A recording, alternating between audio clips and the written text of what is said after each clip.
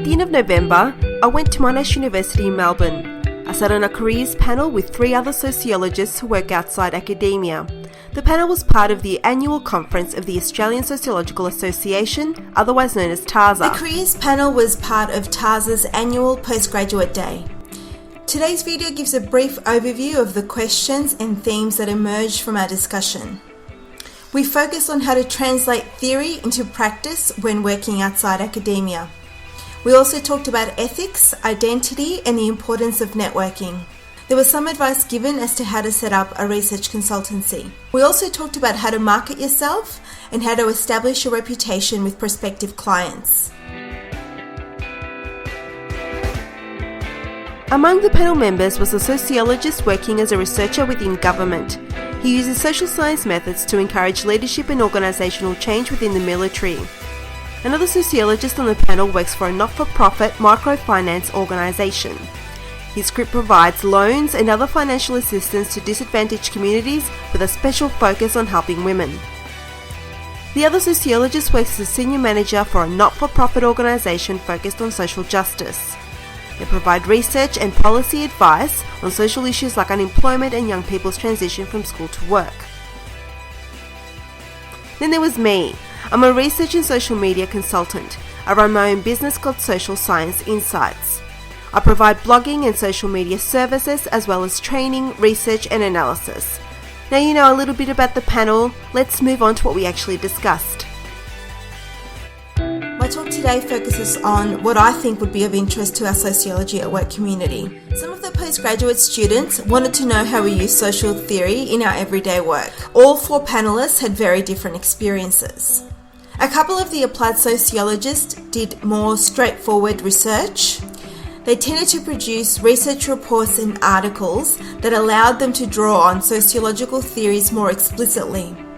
Nevertheless, they still talked about the need to translate sociological theory into everyday language. They talked about the importance of getting rid of academic jargon and describing sociological ideas, concepts and theories in plain language. The other panellists didn't necessarily use sociological theory as part of their everyday work. They still talked about the importance of sociological theories informing the way they structured their thinking and also in the way that they dealt with their clients. For example, sociological theories help you think about the differences between different social groups in society. Sociology helps you to better communicate and respond to workplace issues regarding culture, gender, sexuality, class, and other social dynamics. Knowing social theory is also important when you're working in a multidisciplinary environment, as many of us do. Rather than simply focusing on economic relations or biological causes, sociological theory helps us to diversify the way our clients think about social problems. We can draw on social theory in indirect ways to help our clients think about the influence of culture, history, and social institutions on social behaviour.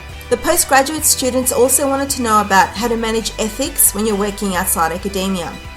The panellists all agreed that networking was an essential part of being an applied sociologist. We suggested drawing on your professional association to its fullest. Most professional associations have a sliding membership pay scale. Most associations have student rates, and TASA also offers an option for low-income earners. Most sociology associations will have a research committee focused on sociology outside academia. For us in TASA, it's the Applied Sociology Thematic Group. Applied sociology groups provide an invaluable way for you to network. Another option for practitioners is to get an adjunct position within your nearest university. You could also try getting an adjunct position in the university where you carried out your studies. This is a really good option, particularly if you've kept up a good relationship with your former supervisors. I'm an adjunct research fellow with Swinburne University. That's also where I did my undergrad and postgraduate studies, and I also used to teach and work there as a research assistant. Being an adjunct gives you access to the university library as well as other online resources. It's also a great way of keeping in touch with the activities of other researchers. You'll get updates on internal workshops, papers being published, as well as information on other events like public lectures. An adjunct position usually means that you'll have to produce a certain number of peer-reviewed publications. Otherwise, you might be asked to become an external supervisor for a PhD or honours student. This usually means providing specialist feedback or an industry perspective on ongoing drafts. Being an adjunct might also give you access to the University Ethics Board. You'll be connected to a broader group of sociologists who can give you advice about ethics and other professional issues. I also talked about Sociology at Work as a resource for networking. Check out our website, sociologyatwork.org. There's also links to our blog and our social media profiles in the description box. The postgraduates were keen to know how to manage their professional identity outside academia. Some of the panellists had very positive experiences. Others had faced challenges in trying to fight for the sociological perspective in their workplace. For some panellists, myself included, keeping up with the sociological literature was one way to feel connected to sociology. I've also found blogs and social media a useful way to feel connected to other sociologists. For a couple of panellists, professional identity was no longer an issue. In the words of one panellist, I learned to get over myself. This person had simply accepted that sociology was going to be a minority view within their organisation. They'd learned to let go of other people's misconceptions about sociology. They chose instead to focus on the strengths of sociology, like the way our studies help us place individual troubles into a broader cultural and historical context. This helps us to see societal patterns where others only see isolated incidents. There were a couple of postgraduates who were keen to know how they might set up a research consultancy.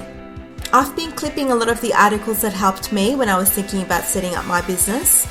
This is a work in progress, but I'll include a link in the description box so you can follow some of the resources that helped me. I also suggested doing a short business course focusing on the areas where you feel most anxious. I did a Certificate 3 in Micro Business Management. The course focused on the financial and legal responsibilities of running a business. After finishing a postgraduate degree, doing another round of study is probably the furthest thing from your mind. I know I wasn't keen, but at the same time I would highly recommend doing a business course focusing on your weaknesses or your gaps in knowledge.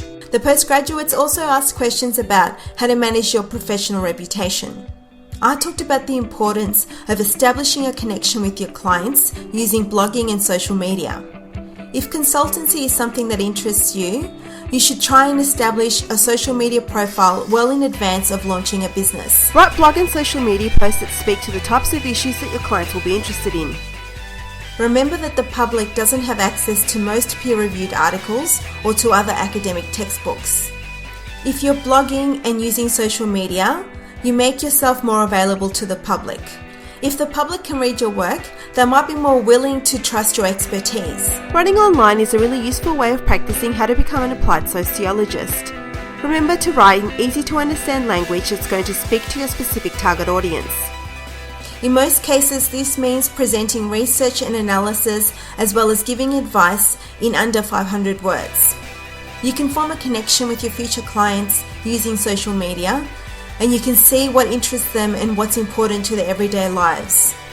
This will help you shape your practice and the services you'll deliver in the future. There aren't a lot of research jobs that simply advertise for sociologists, and secure academic positions are becoming rare. You have to be creative when you think about your career. My advice to you is to keep your options open. If you're an undergraduate student, consider doing your postgraduate studies at a different university. That way, you'll diversify your networking options. You'll also get an insight into different academic systems. I actually attended the first ever postgraduate day within TASA. I've previously returned to speak to students back when I was still working as a government researcher. One thing that strikes me is how different my careers turned out than what I imagined as a student. Many amazing and unusual career opportunities came up once I stepped off the academic track. I've worked with an interdisciplinary team within government. My job involved long and short-term research projects on issues like immigration, community development, intercultural communication, media and political analysis. I've also contributed to social models, including mathematical and statistical models, as well as computer simulations. I've developed conceptual frameworks for databases, analysis tools, and other software. After I left that job, I became a private contractor. I worked as a senior analyst, leading a team of researchers on an environmental health and safety investigation. Now I work with business clients in different fields. All of these jobs have been possible because the sociological imagination has no boundaries. Hopefully my reflection on the TASA Postgraduate Day Careers panel has been useful. If you're a student in Australia, I recommend you attend this year's postgraduate workshop. TASA offers scholarships for postgraduates as well as for sociologists working outside academia. If you live in other countries, find out what your local sociological association is doing to help postgrads and applied sociologists attend your next conference. If you're a student and you're still wondering how to establish your applied sociological career, make sure you leave your questions in the comment section below. If you're a practitioner already working outside academia, please share with us your insights and experiences also in the comments below. Please also write your suggestions about what you'd like to see on a YouTube channel. Until next time, colleagues, enjoy your work.